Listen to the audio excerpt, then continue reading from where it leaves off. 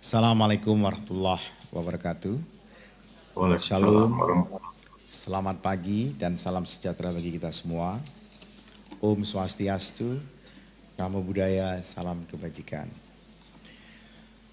Saya ingin mengajak kita semua menaikkan rasa syukur kita kepada Allah Subhanahu wa taala, Tuhan yang Maha Kuasa yang telah melimpahkan rahmat dan karunia-Nya sehingga kita diberi kesempatan nikmat sehat dan dapat hadir pada acara webinar nasional Reksosek pertama dengan tajuk mengawal reformasi sistem perlindungan sosial melalui registrasi sosial ekonomi.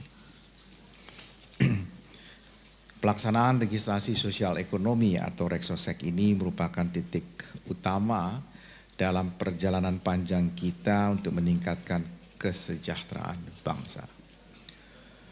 Reksosek merupakan salah satu pilar utama dalam reformasi sistem perlindungan sosial yang lebih komprehensif, inklusif, dan adaptif terhadap berbagai goncangan ekonomi, kesehatan, sosial, dan alam. Presiden Republik Indonesia Bapak Joko Widodo telah mengamanatkan agar dilaksanakan Reksosek ini pada pidato kenegaraan beliau tanggal 16 Agustus 2022 lalu. Ini menunjukkan bahwa betapa urgennya Reksosek ini. Tugas kita bersama tentu sebagaimana yang termaktub di dalam pembukaan Undang-Undang Dasar Negara Republik Indonesia tahun 1945 adalah melindungi dan menyejahterakan rakyat Indonesia. Pada kondisi saat ini di mana kita sedang dalam masa recovery akibat pandemi COVID-19 dan bahkan berujung menjadi krisis multidimensi internasional di berbagai belahan muka bumi ini. Jadi semua sedang berpacu untuk bagaimana bisa recovery dengan cepat. Kita memahami telah banyak upaya kita dalam perlindungan sosial yang baik dilakukan di tingkat pusat oleh pemerintah pusat, baik dilakukan oleh pemerintahan provinsi, kabupaten, kota, dan desa, termasuk program-program sosial lainnya, jaminan sosial, bantuan pendidikan, bantuan kesehatan, pemberdayaan ekonomi, dan program lainnya. Upaya ini tentu perlu diperkuat, disatu padukan, disempurnakan, terutama agar benar-benar efektif mencapai tujuannya, mencapai sasarannya, agar kita bisa mengurangi exclusion dan inclusion error. Sampai hari ini eselon 1, ya derajatnya eselon 1, Mas Kemal Taruk masih mendapatkan BLT. Sampai hari ini. Padahal saya sudah sampaikan sejak tahun 2020. Tapi sampai tahun 2022 ini Pak Mendagri, Pak Kemal Taruk itu masih mendapatkan BLT. Alhamdulillah kata dia. Meskipun kemudian disalurkan ke orang lain yang lebih berhak. Ada dua pilar utama perlindungan sosial. Yang pertama tentu adalah pemutakhiran data. Data yang benar-benar memiliki akurasi yang tinggi, lengkap, dan mencakup seluruh penduduk. Reksosek berusaha akan mewujudkan pilar tersebut. Dengan data yang memadai, program pemerintah akan menjadi tepat sasaran dan berdaya ungkit yang maksimal. Dan tidak terjadi seperti tadi Pak Mendagri menunjukkan berita tentang wali kota Solo, ya Mas Gibran, yang mengeluh karena soal BLT yang kurang dan seterusnya. Dan itu datanya bersumber dari Kementerian Sosial. Yang kedua adalah terintegrasinya berbagai program yang saat ini masih dilaksanakan secara fragmentasi. Dengan terwujudnya Reksosek, maka pilar kedua ini mudah-mudahan pengintegrasian itu bisa dapat kita wujudkan. Reksosek digunakan bersama lintas kementerian, lembaga, dan daerah dengan pola bagi pakai, dan tentu kita berharap intervensi yang dilakukan bisa konvergen ya, di semua tingkatannya dan mencapai sasaran target group dengan tingkat kebenaran yang tinggi. Reksosek merupakan program pendataan kondisi sosial ekonomi penduduk mulai dari demografi, perumahan, keadaan disabilitas, kepemilikan aset, hingga informasi geospasial. Reksosek ini dilakukan untuk seluruh penduduk Indonesia tanpa kecuali, termasuk presiden dan seluruh pejabat negara. Melalui informasi penduduk yang komprehensif dan universal, Reksosek akan mampu menyajikan peringkat kesejahteraan setiap penduduk dan meningkatkan ketepatan sasaran-sasaran program pemerintah, tidak saja bantuan sosial, tetapi juga peningkatan daya saing UMKM yang rata-rata dimiliki penduduk kelas menengah dan bawah. Kita belajar banyak dari pandemi COVID-19, bagaimana kita harus adaptif terhadap situasi yang unprecedented itu, terhadap kebencanaan, dan bagaimana kita memerlukan pengintegrasian antar program dan dapat menyalurkannya dengan cepat, termasuk bagaimana layanan itu dapat mudah diakses. Reksosek akan mendukung upaya tersebut sehingga benar-benar dengan cepat dapat mengidentifikasi penduduk yang rentan, yang terdampak, dan kemudian menyalurkan bantuan tersebut. Kami di Bappenas senantiasa mendorong Reksosek ini sejak waktu-waktu yang lalu.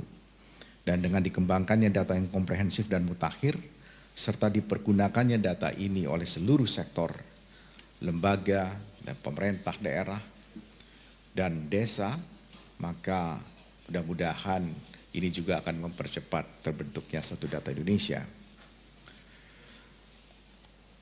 Reksosek akan terhubung dan memiliki interoperability antar basis data di kementerian, lembaga, dan daerah, termasuk data terpadu kesejahteraan sosial, data pokok pendidikan, keluarga, data BPJS, serta yang paling penting sini yang menjadi basis dari seluruh penduduk kita. Dan saya kira ini punya anu sendiri, yaitu data administrasi kependudukan.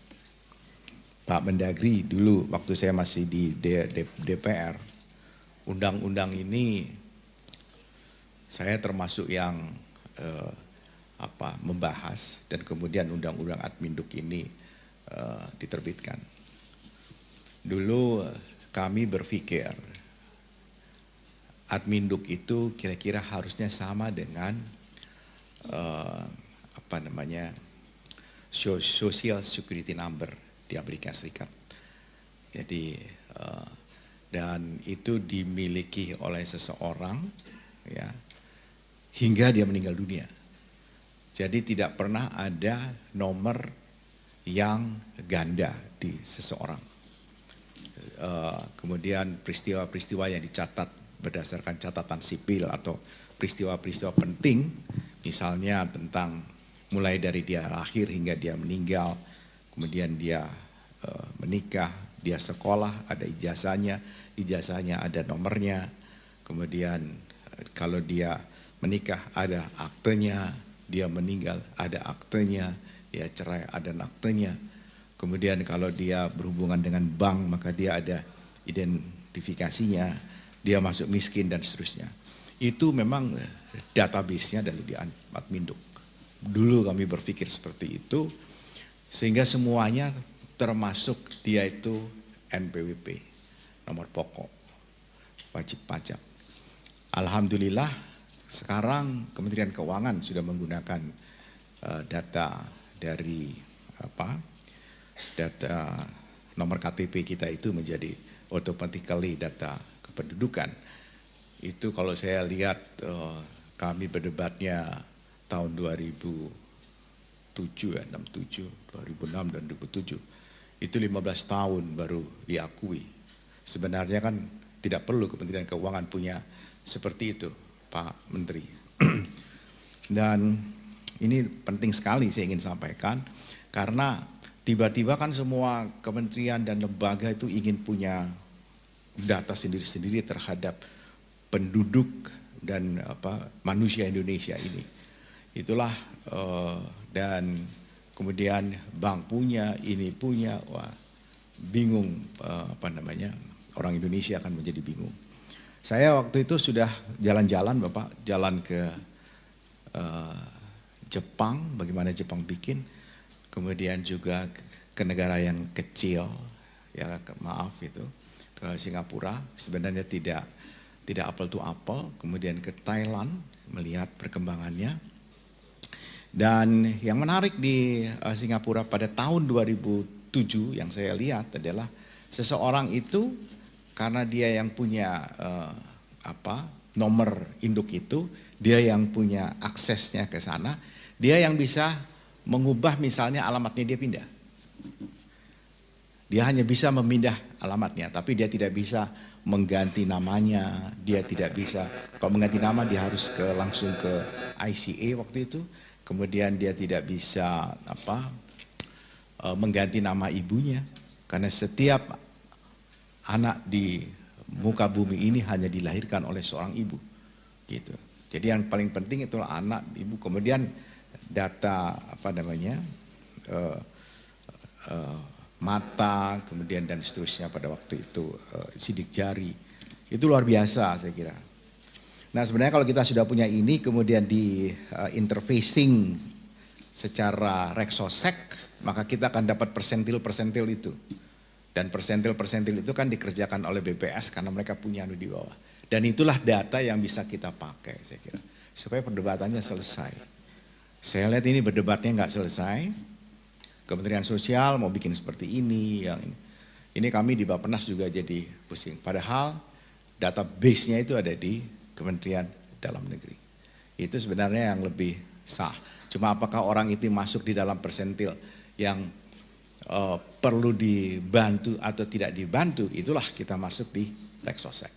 Ini saya kira kalau sudah begini mudah-mudahan ya perdebatan seperti ini dan kemudian error yang kita peroleh di inclusion dan exclusion error bisa kita kurangi.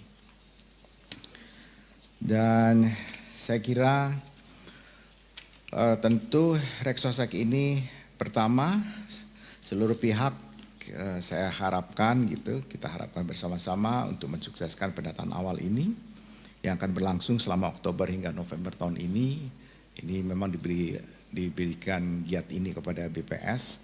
Yang kedua, kementerian, lembaga dan pemerintah bisa memanfaatkan Rexosec ini untuk program-program pemerintah, termasuk penghapusan kemiskinan ekstrim. Dan sebagai institusi pemerintah kita harus mulai bagaimana mengintegrasikan data-data sektoral itu dengan Rexosec agar saling bisa memutakhirkan. Jadi yang saya lihat ini program itu sangat posesif sektoral. Kalau posesif sektoral itu kan membuat kita itu bekerjanya jadi silo antar kementerian, dan presiden kan suka marah soal ini. Kita harus benar-benar bisa membagi pakaikan dan bisa memanfaatkan dengan baik. Yang ketiga, pemerintah daerah dan desa memiliki wewenang dan kewajiban untuk senantiasa melakukan pemutakhiran atas data tersebut agar kualitas Rexosec ini bisa terjaga. Keempat, penggerak sosial di masyarakat perlu memahami, ya, memasyarakatkan Rexosec ini sebagai upaya kita untuk bersama-sama mensejahterakan masyarakat kita. Itulah yang saya bisa sampaikan dalam kesempatan yang baik ini. Sekali lagi, mudah-mudahan ini tidak menjadi pandangan-pandangan yang berbeda gitu. Kalau saya Pak Mendagri, dulu itu saya maunya adalah data adminduk diinterfacing dengan semua kebutuhan baru keluar satu-satu. Tapi kan secara teknologi sekarang bisa jauh lebih canggih bisa dilakukan itu. Dan tadi saya bisik Pak Mendagri, mestinya kita punya SIAK itu punya cloud sendiri, karena itu yang harus diprotek, karena itu menyangkut populasi dan penduduk Indonesia. Itu data mentah, data raw yang paling penting yang harus dilindungi. Dan dengan mengucapkan Bismillahirrahmanirrahim, acara kegiatan ini saya nyatakan kita mulai bersama. Assalamualaikum warahmatullahi wabarakatuh.